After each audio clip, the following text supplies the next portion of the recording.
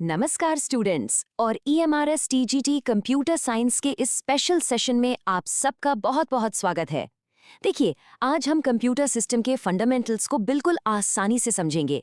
ये एक ऐसा टॉपिक है जिससे आपके सब्जेक्टिव एग्जाम में क्वेश्चंस आना तय है। इसलिए चलिए बिल्कुल फोकस के साथ शुरू करते हैं। सबसे पहले इस पूरे कॉन्सेप्ट को समझने के लिए एक सिंपल सी एनालॉजी लेते हैं।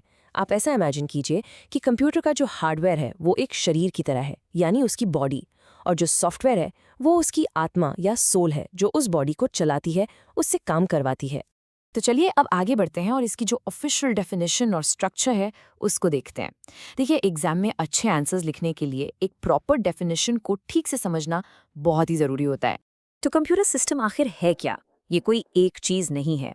ये असल में CPU, memory, input output devices और स्टोरेज डिवाइसेस का एक कॉम्बिनेशन है, एक पूरा का पूरा सिस्टम है। ये सारे कंपोनेंट्स आपस में मिलकर एक टीम की तरह काम करते हैं ताकि हम जो भी रिजल्ट चाहते हैं वो हमें मिल सके। ये जो फंक्शनल ब्लॉक डायग्राम आप देख रहे हैं ये बहुत बहुत इंपॉर्टेंट है। ये दिखाता है कि डेटा सिस्टम के अंदर कैसे ट्रैवल करता है। तो देखिए, स्टेप 1 में इनपुट डिवाइसेस से डेटा अंदर जाता है।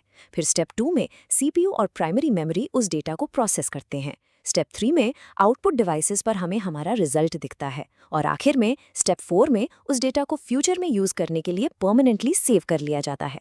मैं आप सबको रेकमेंड करूंगी कि इस डायग्राम को ड्रॉ करने की प्रैक्टिस आप ज़रूर से ज़रूर करें, क्योंकि ये एग्जाम में अक्सर पूछा जाता है। चलिए, अब हम अपनी एनालॉजी के पहले हिस्से पर वापस आते हैं, यानी कंप्यूटर की बॉडी, जिसे हम कहते हैं हार्डवेयर। तो हार्डवेयर क्या है?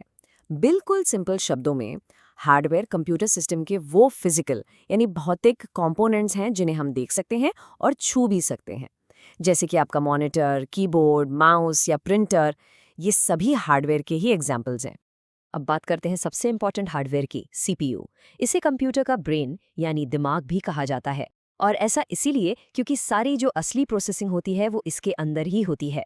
इसके दो मेन हिस्से होते हैं। पहला है ALU यानी अरिथमेटिक लॉजिक यूनिट। इसका काम सारे मैथमेटिकल कैलकुलेशंस करना है, जैसे जोड़ने घटाने का काम और लॉजिकल कंपैरिजंस करना। और दूसरा हिस्सा है CU यानी कंट्रोल यूनिट। इसे आप एक ट्रैफिक पुलिस की तरह समझ सकते हैं, जो कंप्यूटर के सभी पार्ट्स के बीच डेटा के आने जाने को कंट्रोल और मैनेज करता है। अब आते हैं इनपुट और आउटपुट डिवाइसेस पर। इनमें फर्क समझना बहुत ही आसान है।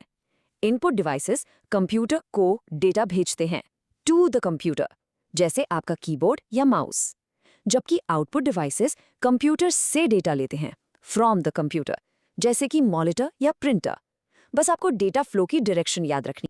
तो अब तक हमने देखा कि हार्डवेयर पूरा तैयार है, हमारे पास बॉडी है, लेकिन इस बॉडी को ये कैसे पता चलेगा कि आखिर करना क्या है? इस सवाल का जवाब है सॉफ्टवेयर। ये मशीन की सोल है, उसकी आत्मा है। हार्डवेयर को क्या करना है, कैसे करना है, ये सारे के सारे इंस्ट्रक्शंस, सारे निर्देश सॉफ्टवेयर ही देता है। सॉफ्टवेयर बेसिकली इंस्ट्रक्शंस यानी निर्देशों का एक सेट होता है जो हार्डवेयर को काम करने लायक बनाता है। आसान शब्दों में, ये यूजर यानी हमारे और कंप्यूटर हार्डवेयर के बीच एक ब्रिज, एक इंटरफेस का काम करता है। यही इंस्ट्रक्शंस की लिस्ट हार्डवेयर को गाइड करती है कि कौन सा टास्क परफॉर्म करना है। सॉफ्टवेयर को हम मुख्य रूप से दो बड़ी कैटेगरीज में बांट सकते हैं।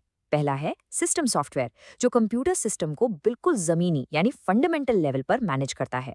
और दूसरा है एप्लीकेशन सॉफ्टवेयर, जो एंड यूजर यानी हम लोगों के लिए स्पेसिफिक टास्क्स परफॉर्म करता है।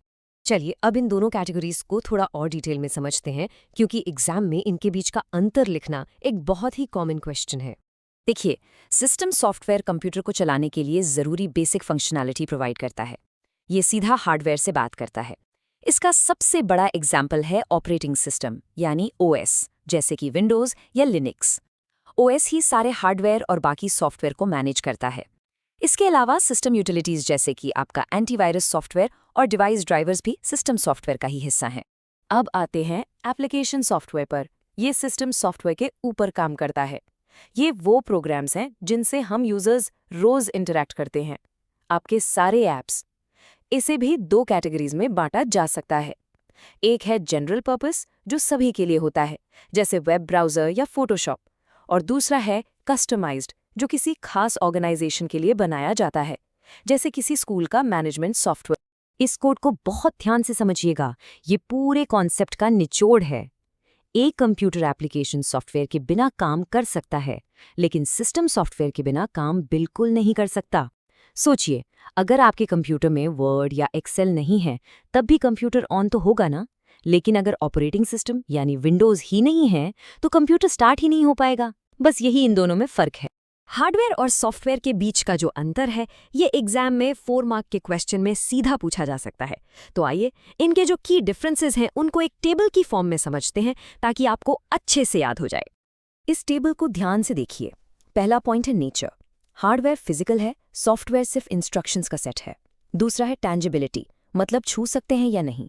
हार्डवेयर को छू सकते हैं, सॉफ्टवेयर को नहीं। तीसरा फंक्शन, हार्डवेयर काम करता है और सॉफ्टवेयर बताता है कि क्या काम करना है। चौथा डिपेंडेंसी, दोनों एक दूसरे पर निर्भर है। हार्डवेयर को सॉफ्टवेयर चाहिए और सॉफ्टवेयर को हार्डवेयर। और आखिर में एग्जाम्पल्स हैं। ये पॉइंट्स आपको एग्जाम में बिल्कुल ऐसे ही लिखने हैं। तो सेशन को खत्म करने से पहले चलिए एक क्विक रिवीजन करते हैं उन सबसे इंपॉर्टेंट पॉइंट्स का, जो आपको अपने टियर 2 एग्जाम के लिए हमेशा याद रखने हैं। तो चलिए सबसे जरूरी पॉइंट्स को एक बार जल्दी से दोहराते हैं। पहला, कंप्यूटर सिस्टम हार्डवेयर और सॉफ्टवेयर का कॉम्बिनेशन है। दूसरा, सीपीयू कंप्यूटर का ब्रेन है, जिसके अंदर एएलयू और सीयू होते हैं। तीसरा, सिस्टम सॉफ्टवेयर जैसे कि ओएस कंप्यूटर को चलाने के लिए अनिवार्य है, मतलब एसेंशियल है। चौथा, एप्लीकेशन सॉफ्टवेयर यूजर के स्पेसिफिक काम आसान बनाता है। और पांचवा, सबसे जरूरी बात, हार्डवेयर और सॉफ्टवेयर एक दूसरे के बिना अधूरे हैं और मिलकर ही किसी काम को पूरा करते हैं। इन पॉइंट्स को अच्छे से याद रखिएगा। आपके एग्जाम्स के लिए ऑल द बेस्ट।